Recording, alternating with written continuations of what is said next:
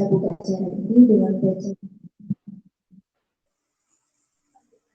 Bismillahirrahmanirrahim. Izinkan saya sebagai pembawa acara untuk membacakan susunan acara. Yang pertama yaitu pembukaan, yang kedua materi, yang ketiga sesi tanya jawab, yang keempat penutup. Masuk ke acara yang kedua yaitu pemateri yang akan disampaikan oleh Mas Dewi Suryapatma.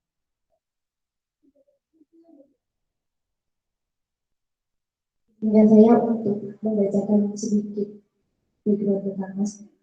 Yang pertama, beliau lulusan dari Darussalam Quran Islamic Public School. Yang kedua adalah beliau lulusan dari Universitas Sunan Kalijaga Yogyakarta dan saat ini sedang menempuh pendidikan di Universitas Ahmad Dahlan.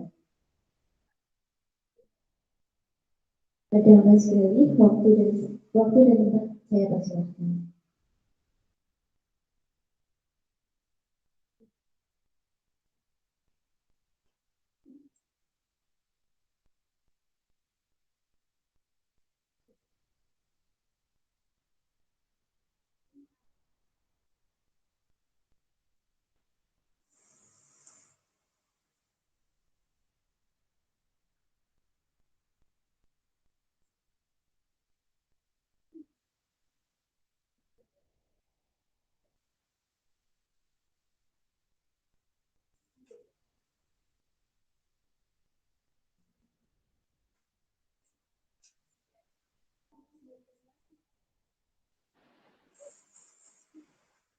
Mas Gali belum kedengeran suaranya.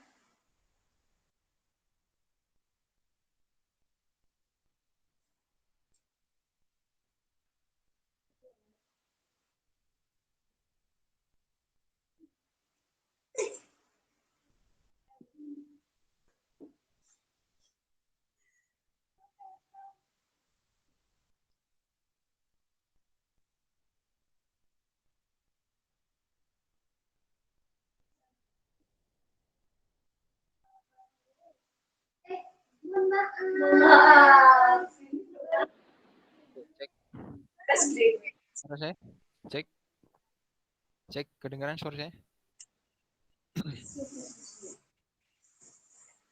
Halo, apakah terdengar suara saya? Bisa. Ya, kedengeran ya? Dengar. Oke, bismillahirrahmanirrahim. Assalamualaikum warahmatullahi wabarakatuh.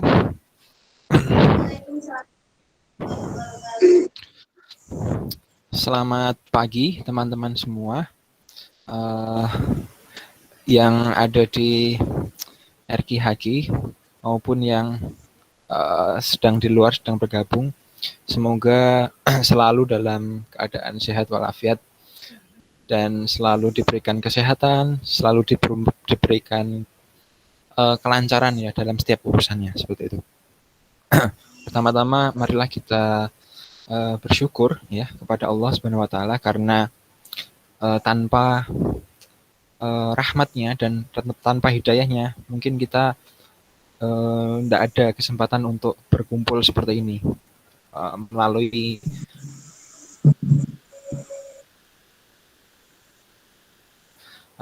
Nabi Muhammad SAW, karena berkat perjuangan beliau, berkat keteguhan beliau dalam memperjuangkan agama ini, kita bisa menikmati zaman di mana penuh keberkahan ini, dan insya Allah zaman yang diberkahi ini. Oke teman-teman, pada kesempatan kali ini sedikit diberikan kesempatan ya sama Mbak Retno untuk sedikit berbagi, walaupun sebenarnya materi ini saya baru baca ketika dikirim itu seperti itu, tapi semoga yang sedikit ini nantinya bisa bermanfaat, khususnya bagi teman-teman yang sekarang sedang berproses di rumah Quran seperti itu ya. Semoga nantinya ketika setelah materi ini teman-teman bukan hanya punya hafalan yang kuat, tapi teman-teman juga punya karakter sebagai seorang muslim, karakter yang kuat, yakni seorang muslim yang bukan hanya solihun li nafsih atau soleh untuk dirinya sendiri, tapi muslih li ghairihi, tapi juga senantiasa memperbaiki orang lain. Artinya juga soleh tapi juga muslih, ya, karena ini yang jarang kita temui teman-teman. Seorang muslim itu kadang kebanyakan dia hanya soleh li nafsih, hanya soleh diri sendiri, tapi sedikit yang muslih li ghairihi, sedikit yang mau kemudian membenarkan orang lain atau bermanfaat bagi orang lain, seperti itu. Seperti materi kita pada kali ini yang ada di poster, cuman sedikit saya interpretasikan sendiri seperti itu. Ya, ini konsep kepribadian seorang muslim dalam muwassafat at-tarbiyah. Ya, muwassafat at-tarbiyah seperti itu. Oke. Sebelumnya ini teman-teman RG ada berapa ini? Audiens yang ikut. Oh, ada 10. Oke. 10 berarti 5. Oh, 9. Oke. 5 dari Aki, kemudian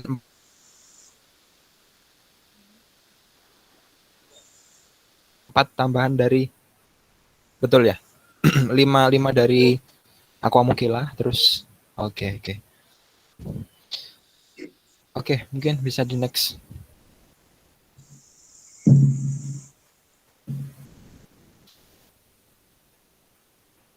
Tolong next.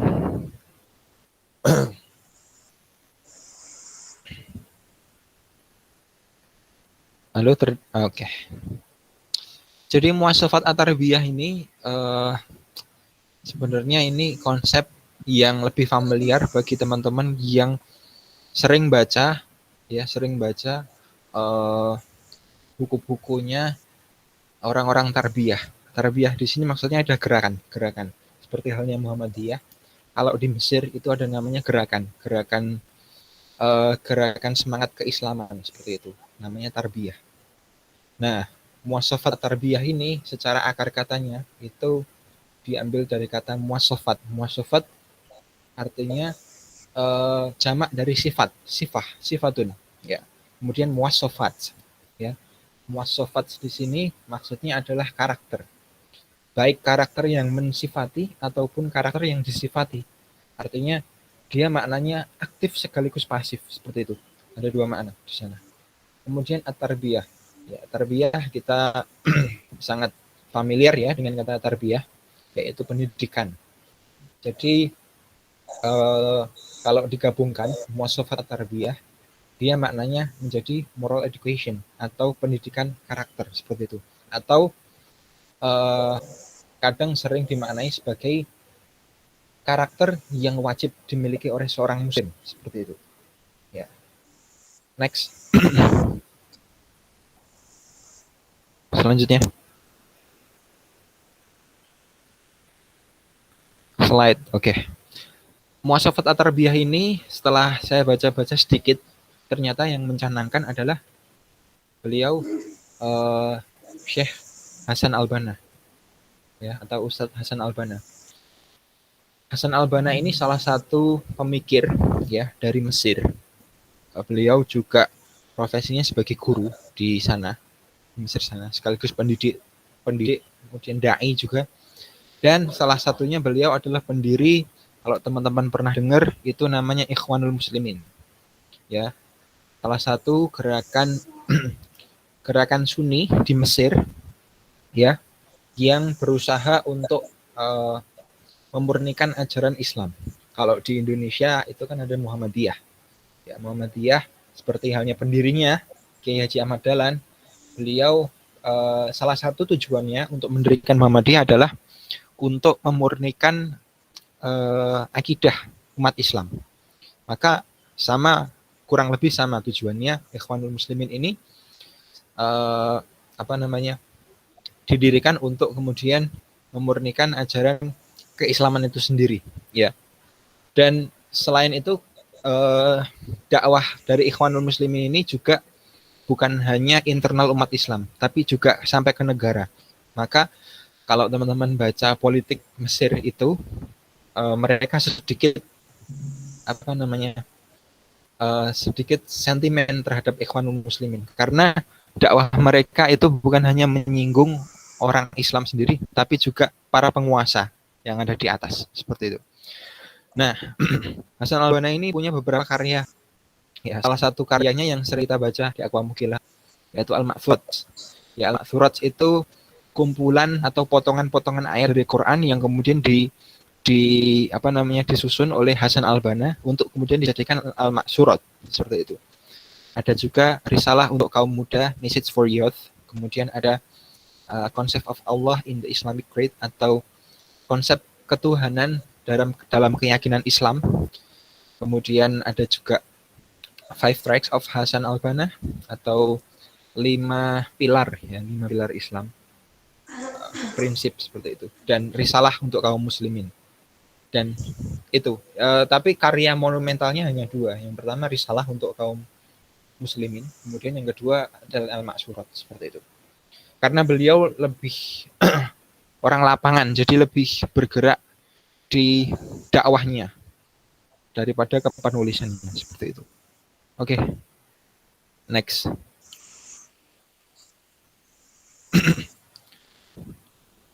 Salah satu konsep pemikiran beliau yaitu adalah muasafat at-tarbiyah. Jadi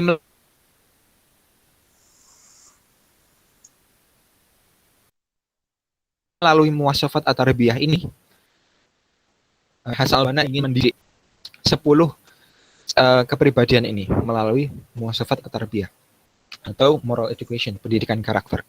Nah, kalau teman-teman pernah baca di Indonesia itu pendidikan karakter baru mulai dicanangkan baru-baru ini, artinya belum lama. Ya. Kalau pesantren itu sudah lama.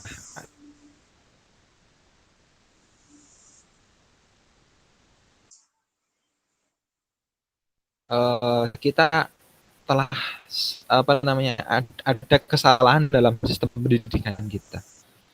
Nah, maka kemudian ketika pemerintah mulai menyadari itu, mulailah kemudian dicanangkan pendidikan karakter, gitu. Seperti itu. Nah, muasafat at-tarbiyah ini setidaknya ada 10 ya, yang insya Allah akan kita bahas satu persatu dalam kajian kita pada hari ini, seperti itu. Ya. Oke, next.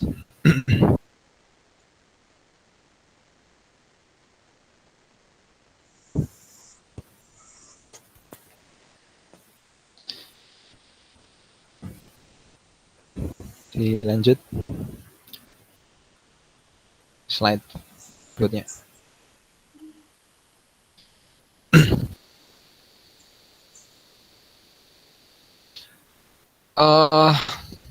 Tadi saya sebutkan bahwasanya muasafat at-tarbiyah dalam pandangan Hasan al-Banna itu ada 10.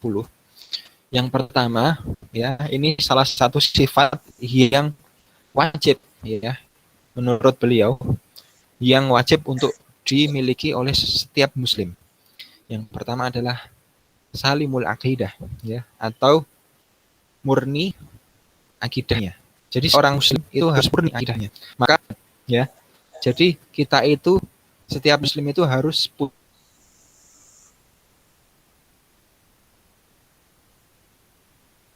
punya ikatan itu sendiri, ya. Ikatan itu yang kemudian mengontrol kita. Jadi setiap semua bertolak atau bersumber dari prinsip itu, prinsip aqodah itu. Kalau kemudian teman-teman tidak punya prinsip dalam hidup ini, maka setiap tindakannya atau perbuatannya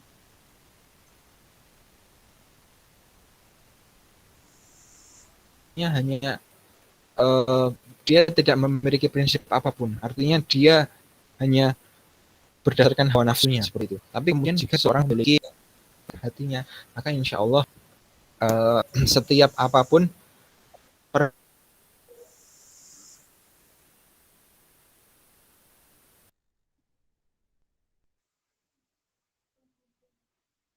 perbuatan atau tindakan yang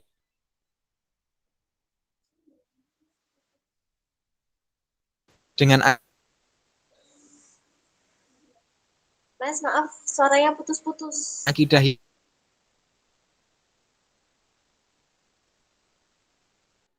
ini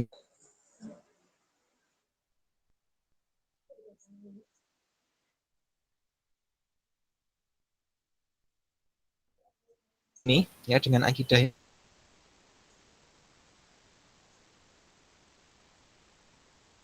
ini kita memiliki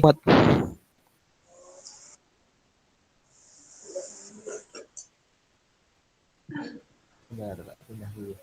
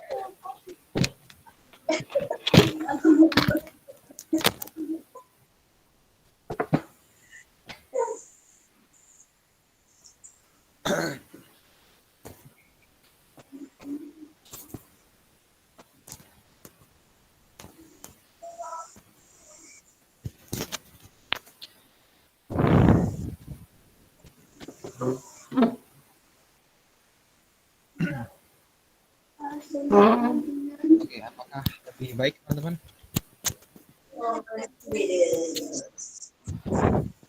Masih putus-putus nggak suaranya? Iya, masih. Masih.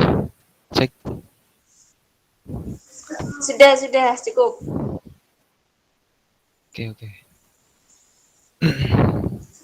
Oke, maaf tadi soalnya di atas.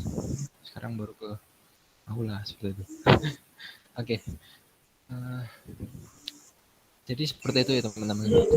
Ketika kita sudah punya prinsip yang kemudian mengikat dalam diri kita, mau ditaruh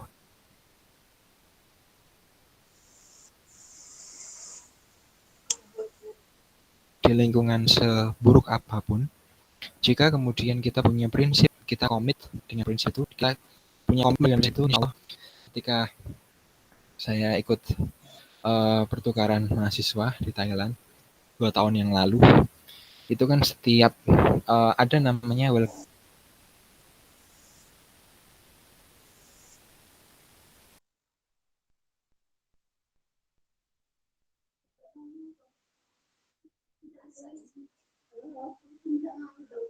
Ini nih, pegang ini.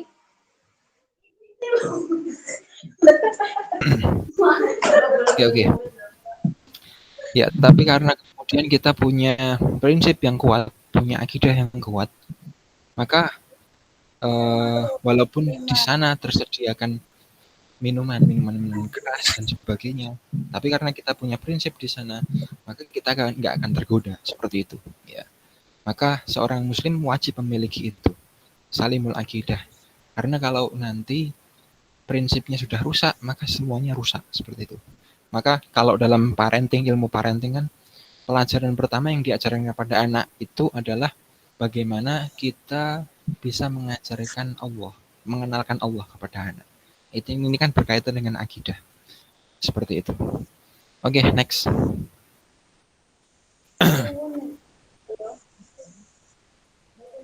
Ya, yang kedua adalah sahihul ibadah. Ya, sahihul ibadah atau sahih ibadahnya. Seorang muslim yang punya karakter yang baik itu wajib wajib benar ibadahnya. Sahih di sini artinya sesuai dengan tuntutan Al-Qur'an dan As-Sunnah, sesuai dengan Al-Qur'an dan hadis seperti itu. Ya. Jika kemudian ibadah kita lakukan tanpa ada dalil yang tertera dalam Al-Qur'an dan hadis, maka itu namanya tidak sahih, tidak dibenarkan seperti itu. Ya. Dan ini sebenarnya masih bersambung ya teman-teman dari sifat sebelumnya, yaitu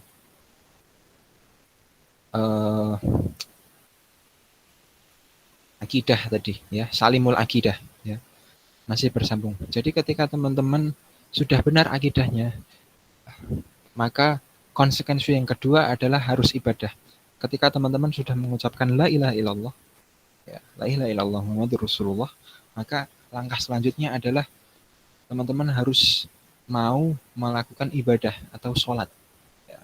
Maka setelah syahadat kan sholat seperti itu.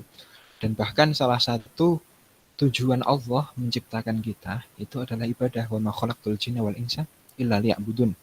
Bahkan di sini kata illa liya'budun selain karena hanya untuk beribadah kepadaku. Jadi poin dari ayat ini sebenarnya kalau kemudian kita nggak ibadah, ya kita nggak akan diciptakan seperti itu. Jadi kalau kemudian kita nggak mengamalkan ayat ini, maka tentu kita nggak berhak untuk diciptakan seperti itu. Illa liya'budun. Kata illa di sini harful istisna atau pengecualian. Selain hanya karena, jadi benar-benar ditekankan di sana untuk beribadah kepadaku illa liya'budun. Maka di sini ini sifat yang kedua atau yang harus dimiliki seorang muslim adalah shahihul ibadah, atau dia harus mau beribadah sesuai dengan tuntunan, ya. Ini yang penting ya, shahih ya. Shahih artinya sesuai dengan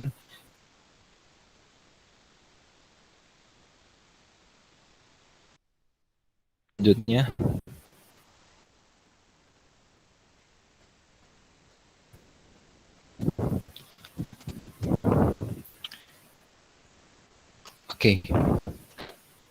Oke, yang ketiga, karakter yang ketiga yang harus dimiliki seorang muslim itu adalah matinul khuluq, ya.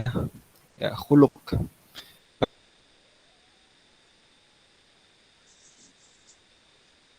Bahkan Rasulullah itu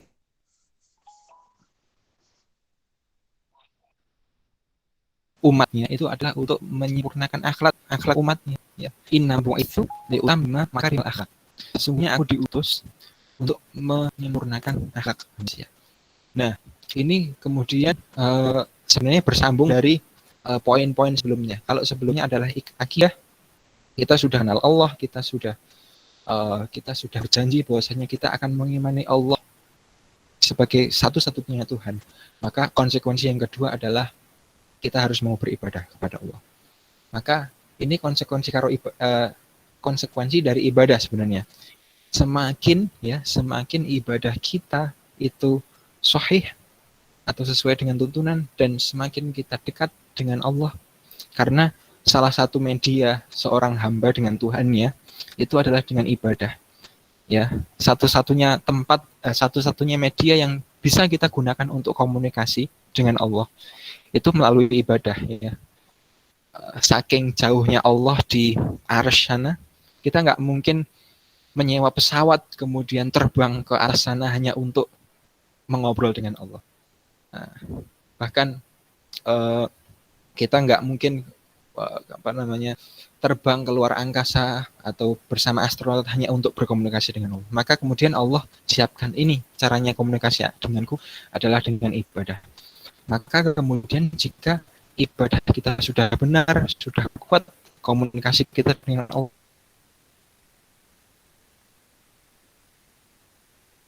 Allah, maka insya Allah akhlak kita juga akan semakin kokoh seperti itu. Ya, jadi tetap harus step by step, ya, teman-teman. Pertama dan yang kedua,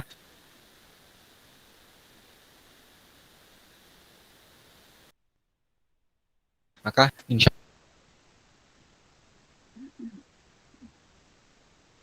Allah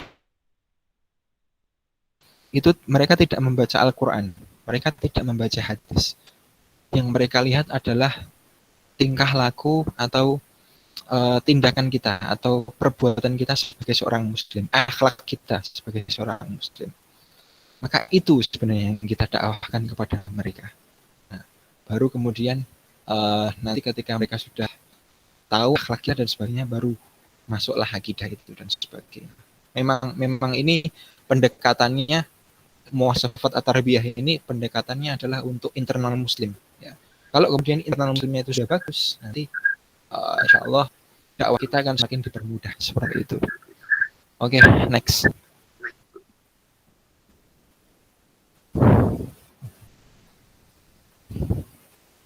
Assalamualaikum Umi. Oke, next. Oke, Qawiyul jismi ya. Atau jadi seorang muslim ya, seorang mukmin itu kuat jasmaninya ya, kuat badannya. Maka dalam hadis Rasulullah juga menekankan bahwasanya al-mukminul qawiyyu habbu ya minal mu'minid dhaif. Seorang muslim yang kuat ya, seorang muslim yang kuat itu lebih dicintai oleh Allah dari seorang muslim yang lemah. Maka selain kemudian kita mengimani Allah, kita beribadah kepada Allah, dan kita juga memiliki akhlak yang baik, maka kita juga wajib untuk memiliki badan yang sehat. Maka di sini saya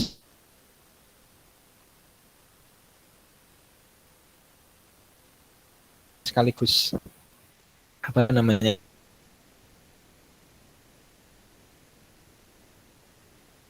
ya, minta doanya untuk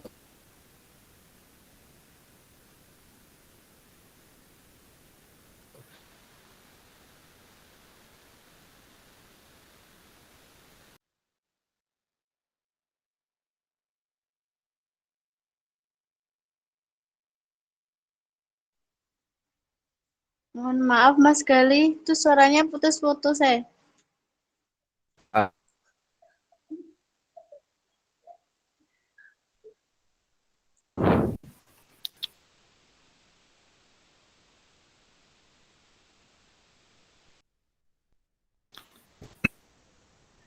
Maaf Mas, suaranya putus-putus.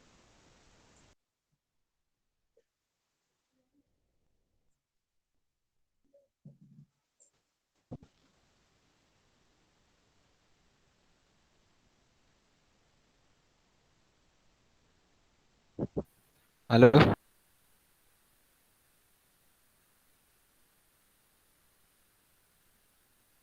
Mas.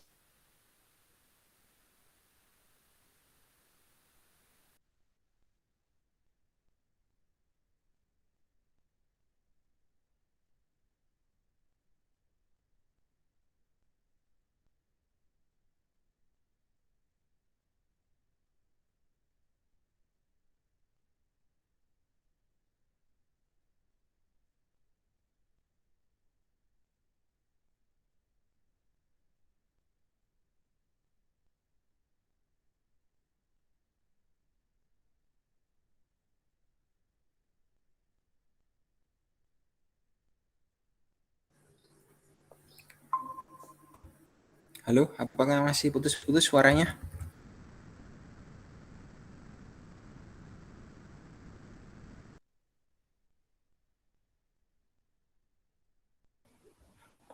Udah pasti sekarang coba terus.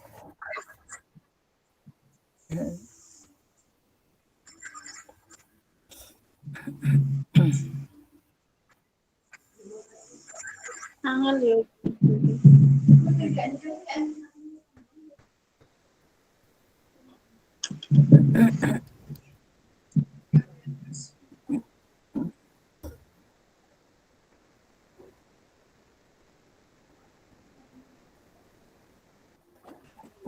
Dan mikir enggak. Coba terus. Mikir Oke.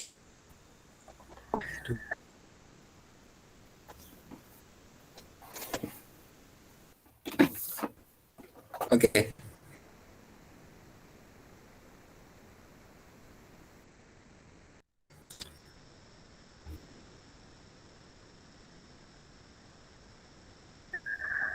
Kuat akidahnya atau kuat ibadahnya atau bagus akhlaknya, tapi juga seorang muslim itu harus mempunyai badan yang sehat dan kuat seperti itu.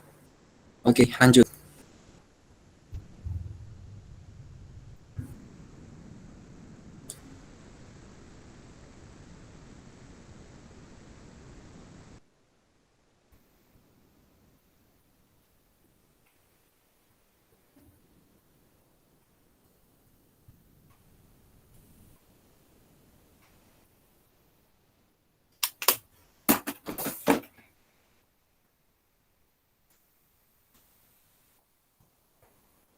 slide-nya geser.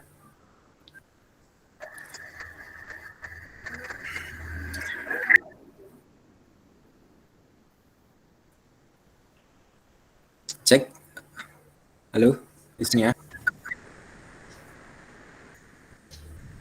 Ya, Mas, udah jelas suaranya. Ya, oke, geser. Geser slide-nya. Oke, sip. Oke. Kemudian yang kelima, ya, teman-teman. Kalau kemudian sekedar sehat badannya, tapi tidak sehat pikirannya, itu juga enggak benar. Ya.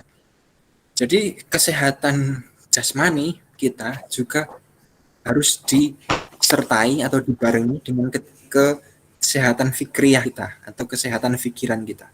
Maka di sini Hasan Al-Banna dalam Muwasafat At-Tarbiyah menambahkan poin musaqqafatul fikr. Musaqqaful fikri, ya.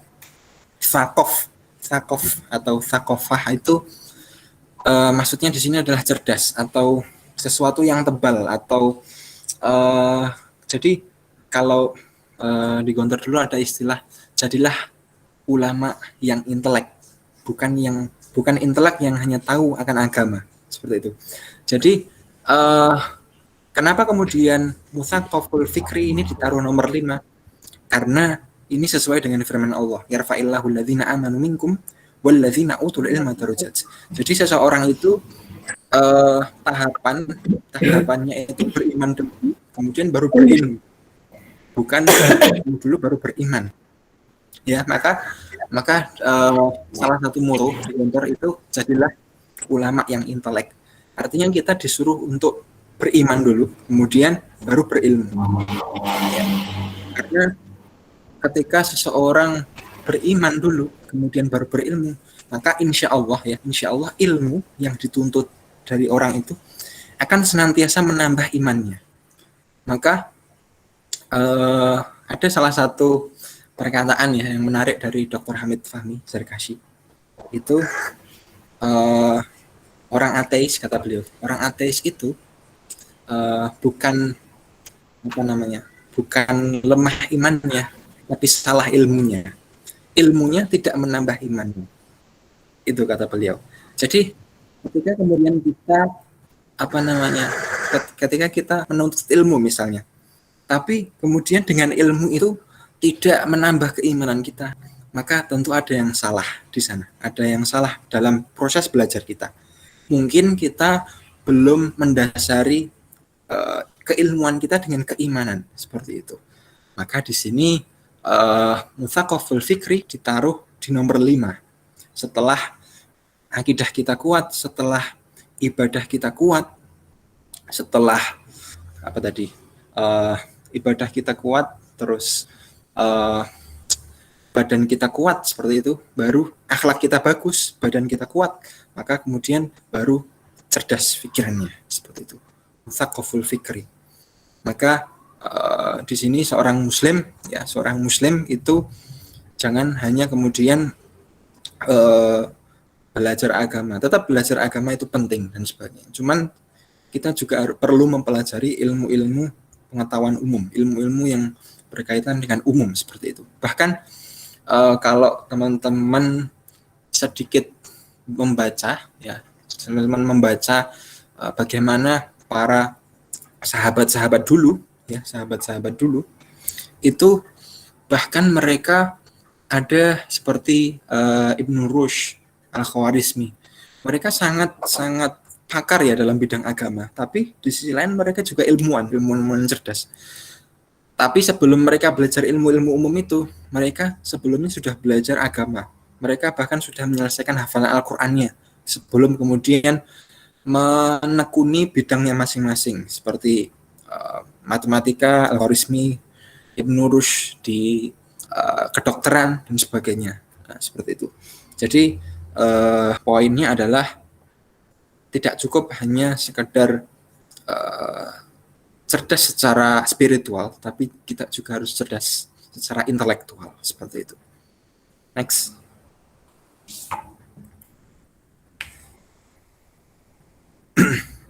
Next slide. qadirun 'alal kasbi. Saya menerjemahkan qadirun 'alal kasbi ini singkat saja, berdikari atau berdiri di atas kaki sendiri, ya.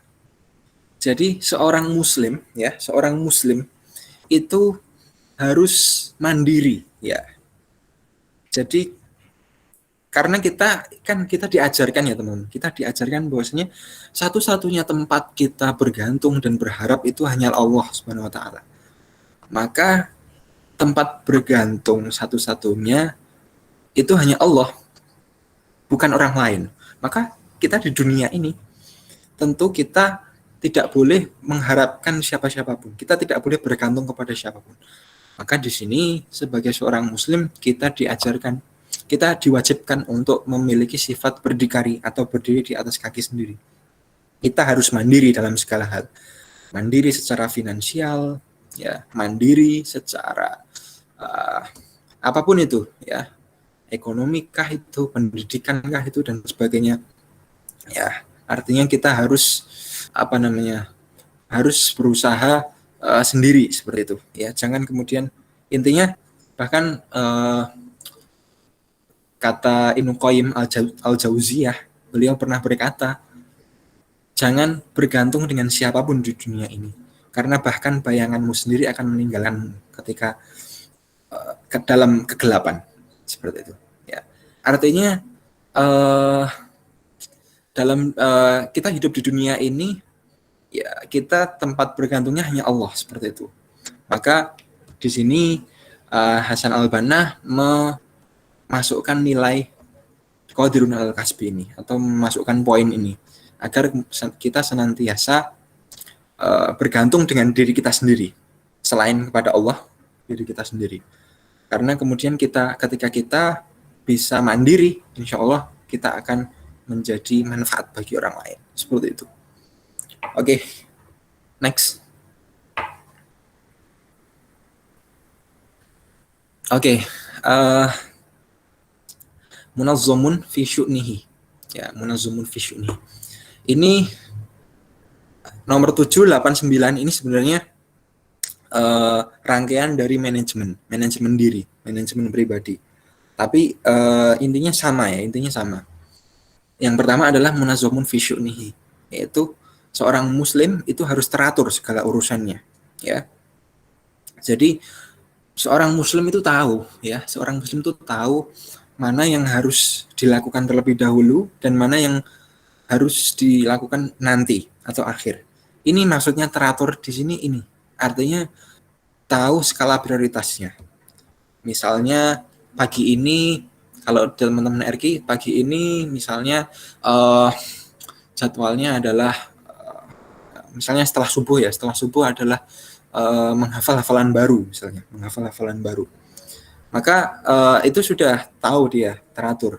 Kemudian nanti misalnya sudah siang, waktunya murojaah, terus nanti setoran dan sebagainya. Jadi seorang muslim itu teratur dalam setiap urusannya. Munazzamun fi syu'nihi. Bahkan urusan-urusan kecil pun dia sangat teratur, seperti itu. Munazzamun fi syu'nihi. Maka ini kemudian menyambung dengan poin yang 8. Next. Poin yang nomor 8. Yakni harisun ala waqtihi. Ya, harisun ala waqtihi. Teratur waktunya. Ya, kalau tadi teratur segala urusannya, ini teratur waktunya. Jadi seorang muslim ya itu harus pandai mengatur waktu, ya. Artinya selain dia mengatur dirinya sendiri, tapi dia juga bisa mengatur waktu, ya. Jadi waktu tadi seperti dijelaskan bahwasanya pagi, siang dan sebagainya itu bisa mengatur, ya. Artinya semuanya sudah berjalan sesuai planningnya, seperti itu.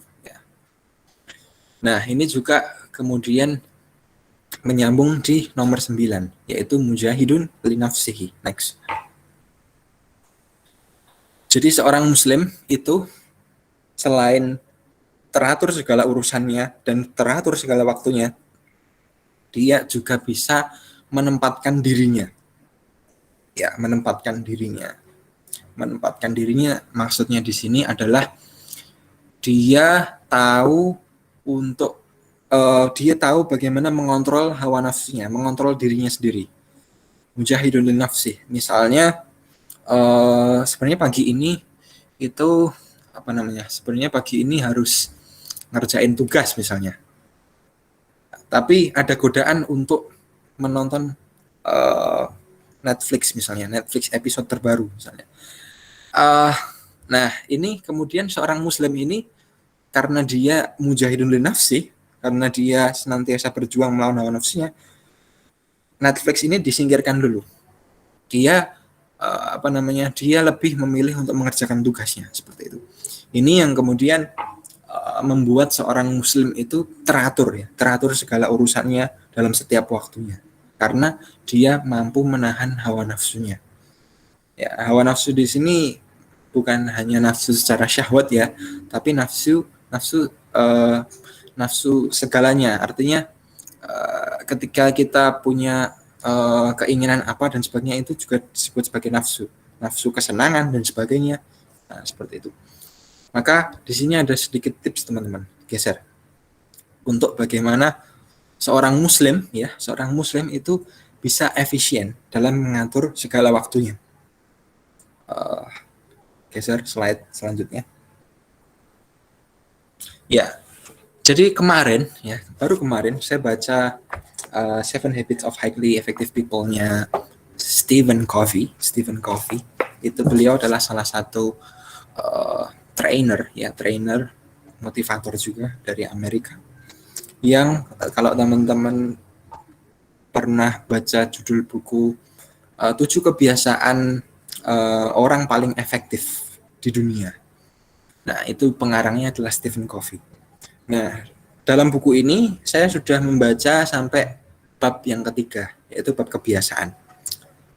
Kebiasaan yang ketiga, sorry.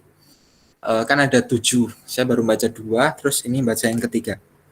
Nah, jadi di kebiasaan yang ketiga ini, si Stephen Covey ini membuat matriks self-management atau manajemen pribadi. Ya. Jadi kata Stephen Covey ini ternyata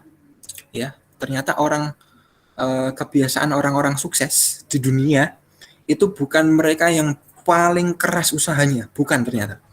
Tapi kebiasaan orang-orang sukses di dunia adalah mereka yang tahu skala prioritasnya. Jadi mereka tahu apa yang perlu dikerjakan dulu dan apa yang perlu dikerjakan nanti. Dan itu mereka planning setiap hari. Ya. Jadi itu poinnya adalah ternyata kerja keras pun, usaha keras pun tidak cukup. Usaha keras itu harus terplanning, harus harus sesuai prioritas kita. Misalnya, nah di sini tak jelaskan sedikit tabelnya ya. Di sini ada Stephen Covey itu membagi tugas menjadi dua tipe. Ya, tipe yang pertama adalah apakah tugas itu penting atau tidak penting. Ya. Kemudian tipe yang kedua adalah apakah tugas itu mendesak ya. Ya, mendesak artinya sangat mendesak, harus dikerjakan saat itu, atau tidak mendesak. Ya, atau tidak mendesak. Nah, orang-orang itu kebanyakan mereka melakukan tugas yang mendesak, ya, penting tapi mendesak. Akhirnya hasil tugasnya itu krisis. Masalahnya mendesak dan dia digerakkan oleh ketergesa-gesaan, deadline driven projects. Artinya dia mengerjakan sesuatu karena tergesa-gesa. Kebanyakan orang ini jatuh di kuadran. Ini namanya 4 kuadran. Kuadran yang pertama. Nah, sedangkan seseorang yang manajemennya bagus itu dia mampu mengerjakan tugas yang penting di waktu yang tidak mendesak. Ya, maka di sini akan terjadi namanya quality time, atau teman-teman akan menemukan kualitas yang bagus di setiap pekerjaan ya, di setiap aktivitas yang teman-teman lakukan. Nah, karena di sini tugasnya penting, tapi teman-teman bisa mengerjakan itu dengan santai, dengan tidak mendesak, seperti itu. Ya, seperti itu ya. Cuman ini sedikit penjelasan secara umumnya saja. Nanti detailnya mungkin kalau ada waktu lagi kita bisa bahas di lain waktu seperti itu. Ya, oke, next di poin yang ke-10. Ini sebenarnya adalah hasil dari semua sifat-sifat itu yang jadi tema kita, tema besar kita pada hari ini, yaitu bagaimana kita menjadi khairun nas atau sebaik-baik umat, sebaik-baik muslim, seperti itu. Yaitu adalah mereka yang bermanfaat bagi orang lain. Karena khairun nasi anfa'uhum linas. Ya. Dan sebenarnya sifat dari nomor 1 sampai 9 itu step by step bagaimana kita bisa menjadi manfaat gitu loh. Nah, maka final stepnya ini adalah ini, nafi'un li ghairihi. Maka insya Allah jika kemudian teman-teman mengamalkan karakter 1 sampai 9 tadi, insya Allah ini adalah buahnya. Buahnya apa? Buahnya adalah teman-teman insya Allah akan menjadi manfaat bagi orang lain, seperti itu. Manfaat bagi orang lain. Di sini ketika orang itu sudah menjadi manfaat bagi orang lain, maka dia bukan hanya soleh bagi dirinya sendiri, tapi dia juga bisa mensolihkan orang lain. Muslih tadi, muslih di ghairihi. Seperti itu. Oke, jadi next slide. Jadi mau jadi manusia yang apa kita? Ini kata Cak Anon ini.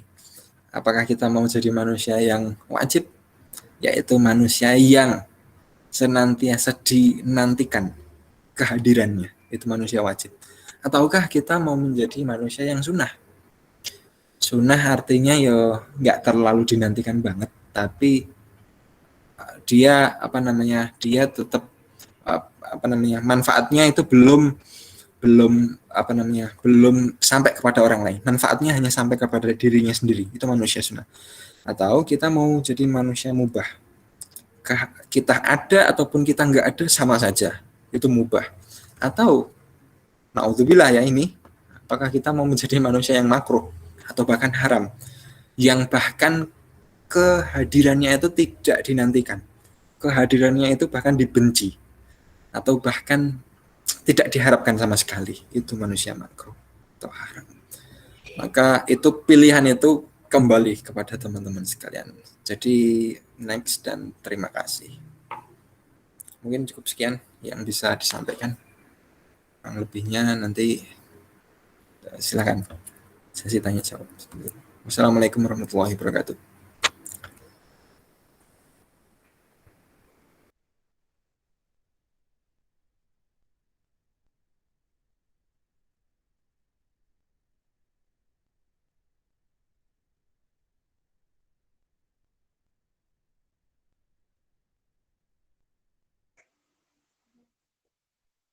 Terima kasih kepada Mas Meli yang sudah menyampaikan materi pada pagi hari ini. Semoga apa yang disampaikan oleh beliau dapat kami terapkan dalam kehidupan sehari-hari. Kemudian masukan saya yang ketiga dalam sisi tanya jawab, jika teman-teman ingin mengajar pertanyaan, silahkan.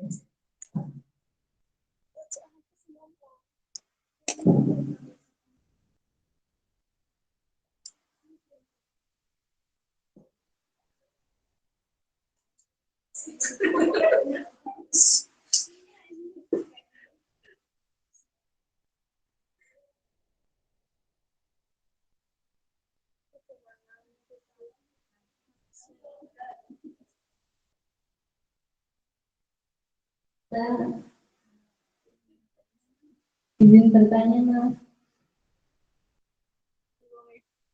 Hilang.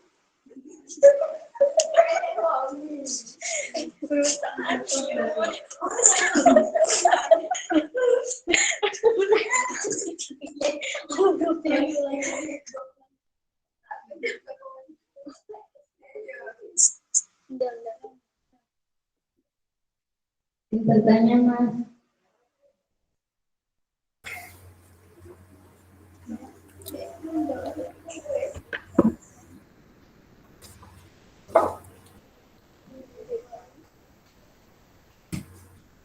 Ayo, silakan. Bagaimana bila kita beraktivitas menurut kemauan sendiri, tapi sama-sama hal positif. Oh, bentar, agak dekat mikrofon coba, nggak terlalu kedengeran. Nggak terlalu dengar. Nggak terlalu dengar ini. Suara masuk.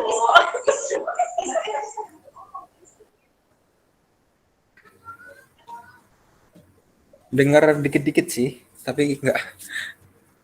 Oke. Bagaimana bila kita beraktivitas menurut, kan kita beraktivitas menurut prioritas. Bagaimana bila kita beraktivitas menurut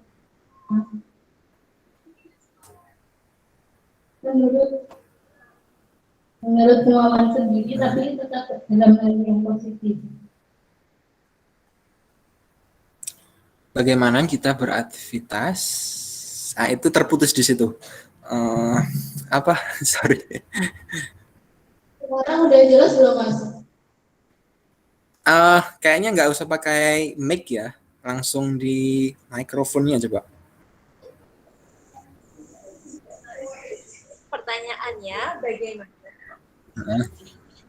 bila kita lakukan kegiatan menurut kemauan, tetapi tetap dalam hal yang positif? Oke. Tetapi tetap oke. Baik, terima kasih. Yang bertanya, saya nggak tahu siapa yang bertanya, cuman terima kasih aja yang sudah bertanya. Ini langsung dijawab atau ada yang lain dulu?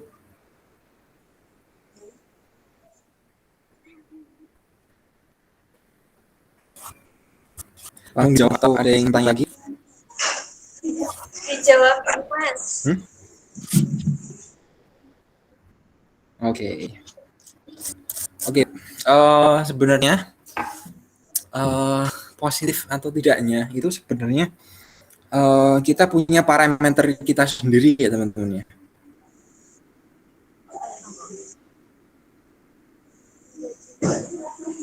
Jadi sesuatu itu baik atau positif atau tidak itu sebenarnya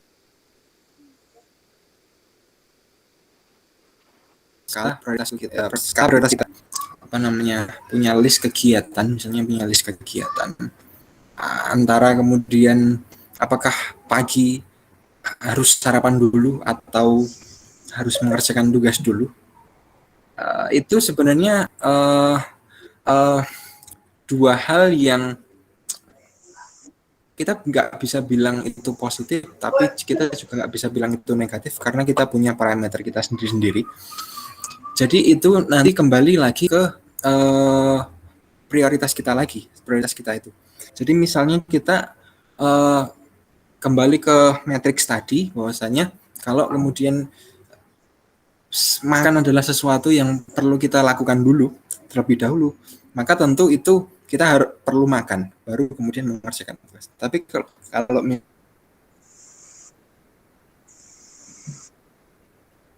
misalnya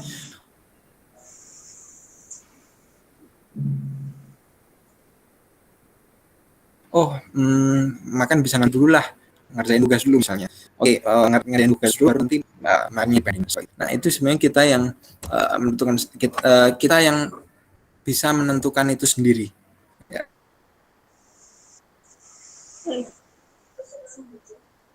Karena setiap orang punya skala prioritas yang berbeda-beda. Mana yang harus dikerjakan dulu, mana yang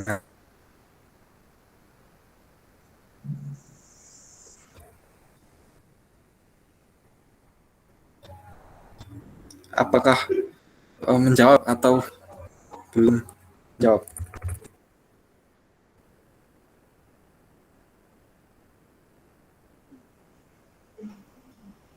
Baiklah, sudah terjawab. Terima kasih atas jawabannya.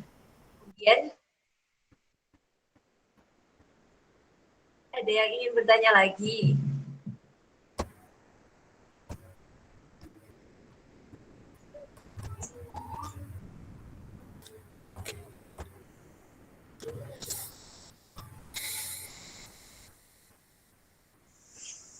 Mas bisa dengar suara saya tidak?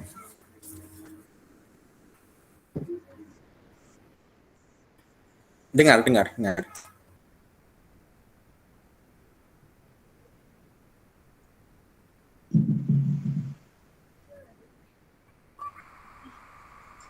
Kemudian pertanyaan yang kedua, Putus-putus ya suara. muslim yang baik adalah teratur. Namun, bagaimana cara kita memanage Oke. mindset? Sebentar, putus-putus suaranya. Sebentar.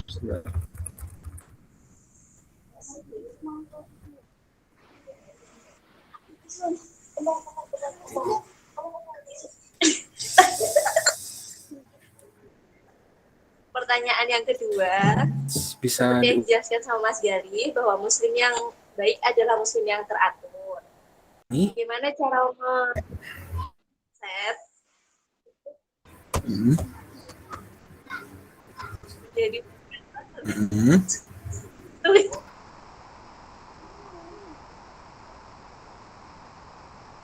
bisa dengar nggak Mas? type first. Ditulis aja coba. Karena mati.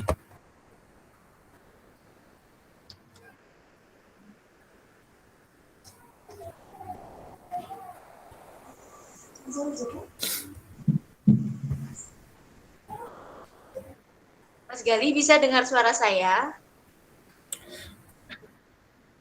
Ya, bisa. Cuman putus-putus kadang. Oh, iya. Tadi Gini, pertanyaan ditulis aja nggak apa, di type di kolom chat. Nanti nggak baca. memasang mindset tertentu. Putus-putus. Di type di kolom chat aja. Coba. Yes. Oke.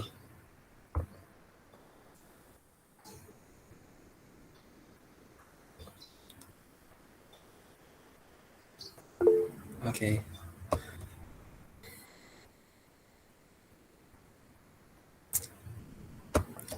Cara memasang mindset bahwasanya muslim yang baik adalah muslim yang teratur. Oke.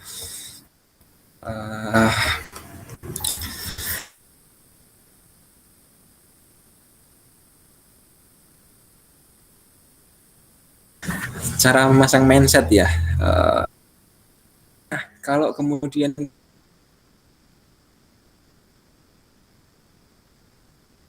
kita mau memasang mindset bagaimana menjadi muslim yang teratur, kita harus sadar dulu gitu loh.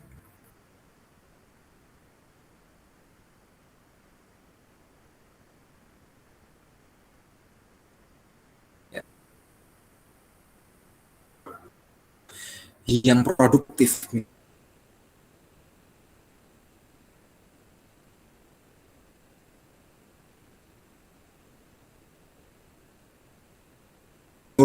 Keseharian kita, mengatur hidupan kita, dan seperti itu. Ya. Jadi poinnya adalah teman harus sadar dulu, ya, pahami dulu hidup secara teratur atau manajemen itu sendiri. Apakah teman-teman, misalnya ya gini, apalagi masa pandemi ini kan orang dikekang dalam rumah, jadi kayak bener-bener nggak boleh kemana-mana. Teman-teman akhirnya apa? Akhirnya karena nggak boleh kemana-mana ini, teman-teman hanya, apalagi teman-teman teman-teman ini mulai kemudian melakukan